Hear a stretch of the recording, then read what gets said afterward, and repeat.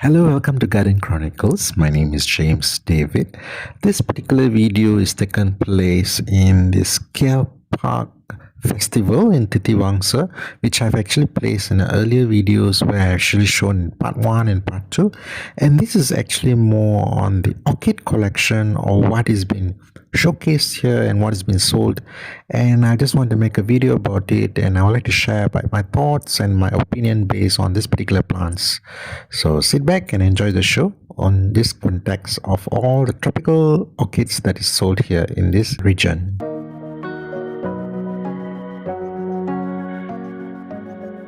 I just like to take an emphasis over here when you notice this particular type of orchid is actually a variegated orchid, which is quite rare to make mention of, and this particular one is actually blooming, and this is one of the things that I would say that it is good to grab it if you are a Phalaenopsis orchid lover. And in this collection, if you notice, there's a lot of it is of the miniature version.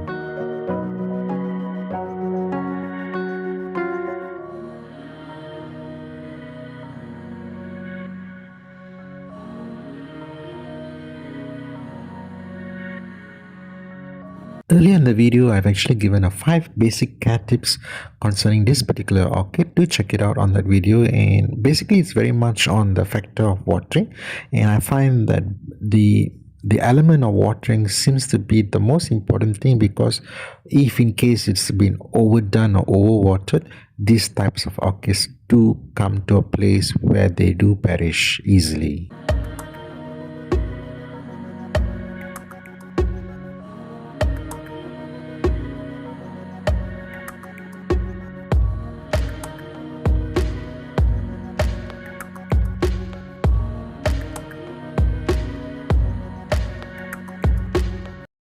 I must say, based on my experience, years of cultivating orchids, I find that when it comes to this particular type of orchid, they seems to don't do so well outdoors, and in most cases, they do require a very cultivated care, in a sense that you really have to pay attention not to overwater them, and you have to have heavy feeding for them to bloom. And the other factor here, which I find is quite tricky, is that they do require a drop of 10 degrees Celsius in the weather condition. That means to say that they need to have at least about a freezing night kind of effect in order to induce them to bloom. And I find that this can be tricky if you have a kind of a garden condition where the nights and the day seems to be equivalently in a stable kind of a weather condition. Hence, it seems to have more leaves and rarely blooms. And when I do stress them into something like a repotting or have a very strong fertilizer on them, I do have some problems where these particular plants tend to perish easily. So the context of practicality, I find that in the factor where if you were to give the person a kind of a cut flower plants, and you may find that when it comes to orchids, they normally last about 1 to 2 weeks max. And in that context, if you want to give a gifting to somebody, and I find that living plants such as this particular types of orchids do last at least about 3 months in proper care, especially for the blooms to last. Hence, it can be a very good deal if you were to have the thought of giving a gift in this kind of manner.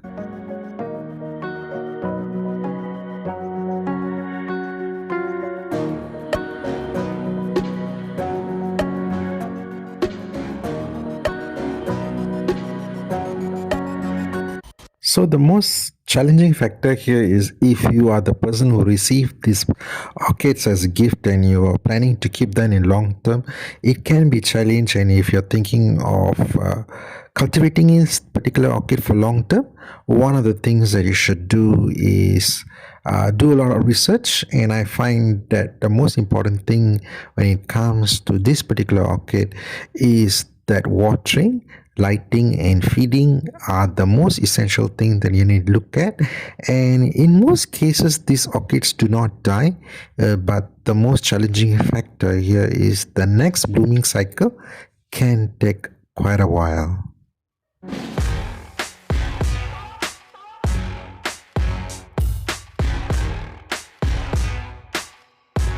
Next in the collection are these Dendrobium Gaten sunray orchids, and I find that these are the reverse of the Phalaenopsis orchids, and I find that these are actually very much tropical hardy, in way to say that these are sun lovers, and they do fare well in bright shade areas, and also in a way they do require a lot of sun for them to bloom.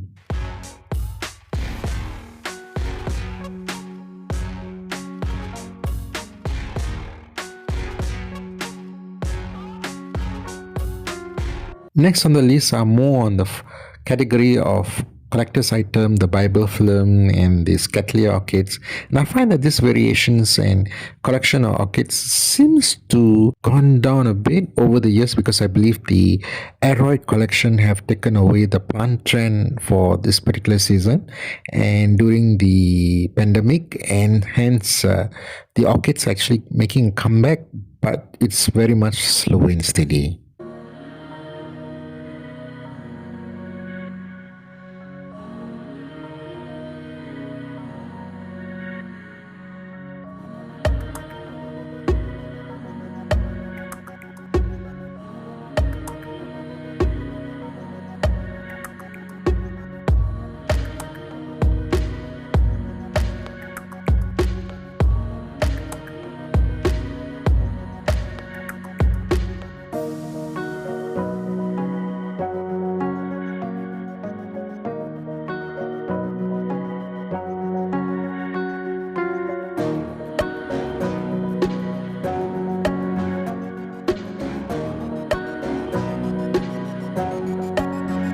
Next in the collection are the extreme sun lovers, and I find that these are very much fall into the Wanda category, and some of it is very much requires a hot direct sunlight, and I find that these one type of orchid which I find that I am having challenges because I do not have such bright direct sun, and I find that if you were to have a exposure of sunlight at least about 12 hours, and these orchids will just do fine in that kind of garden condition.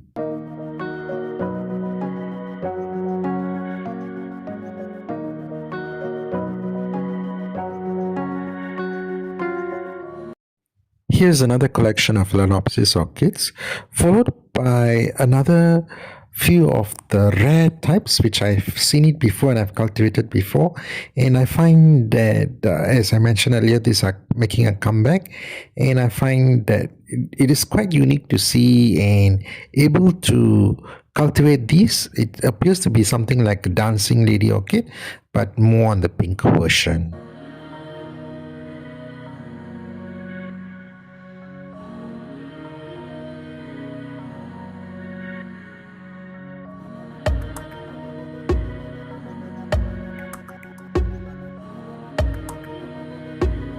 Here's a full spectrum of the collection of a very well curated hybrid when it comes to this particular Oncidium species.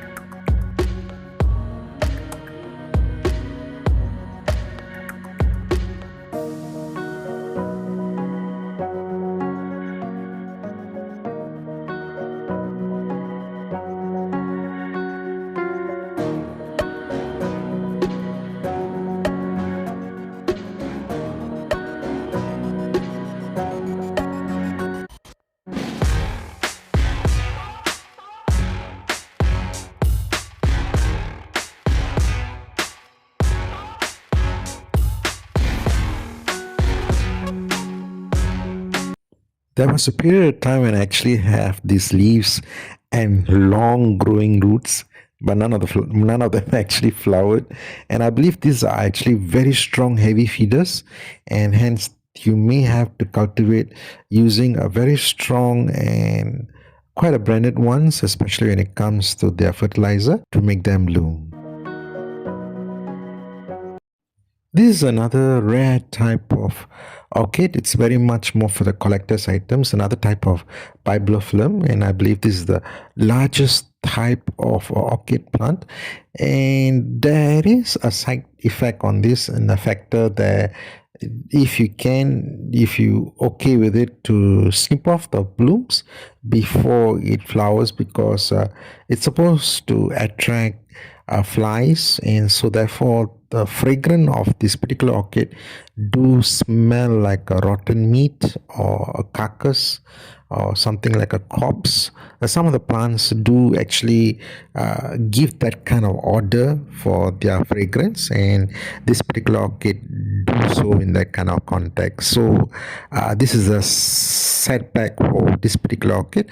But other than that, for visual display, if you were to look at it, it does have a very beautiful cascading effect where these bulbs, a bulbophyllum, and followed by the singular leaf that is actually cascading down, does have a very unique display when it comes to cascading plants.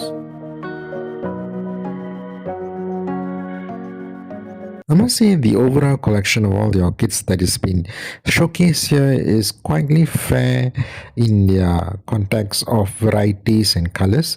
In comparison to 10 years ago, I think this is much more on a smaller scale, because I noticed that a lot of different varieties and classes of orchids which is not being showcased here for sale. However, I find that the prices here are quite reasonable in comparison to the previous seasons before.